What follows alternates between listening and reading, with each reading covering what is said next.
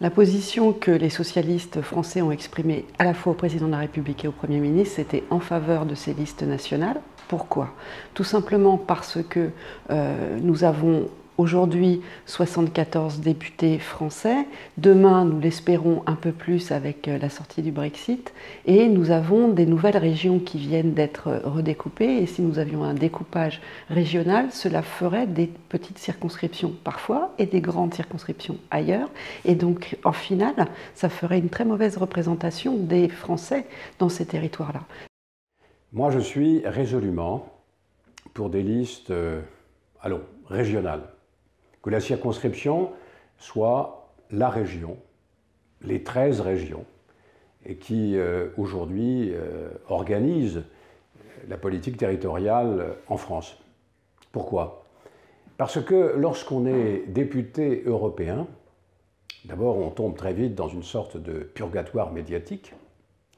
Et moi, lorsque je rentre dans ma circonscription le jeudi soir, je me demande comment je vais pouvoir communiquer avec les citoyens de ma circonscription. Je suis résolument attaché à la circonscription territoriale, à l'enracinement, que le parlementaire ait sa permanence dans sa circonscription et qu'il puisse y avoir une relation entre les citoyens, les territoires et le parlementaire européen. Les avantages de passer à une liste nationale, c'est de politiser réellement cette élection européenne. Ce qui est très important, c'est d'avoir des listes nationales, mais avec des candidats qui représentent l'ensemble du territoire français et outre-mer. Ça, c'est très important. Ce qui est très important aussi, c'est que la campagne des élections européennes se fasse partout en France et pas uniquement à Paris.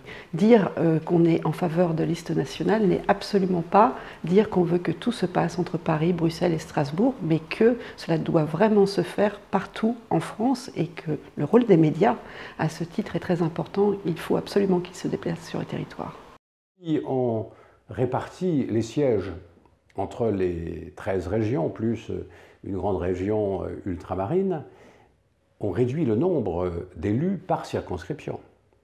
Et lorsque, à la proportionnelle, on doit désigner les députés européens par circonscription, celles et ceux qui croient en l'Europe ont intérêt à se regrouper et à faire des listes communes. Ce que je souhaite, c'est que les élections européennes aient une préoccupation, c'est de parler d'Europe, et non pas de prendre le risque, pour des raisons nationales, de régler des comptes dans un esprit partisan, comme on le faisait hier.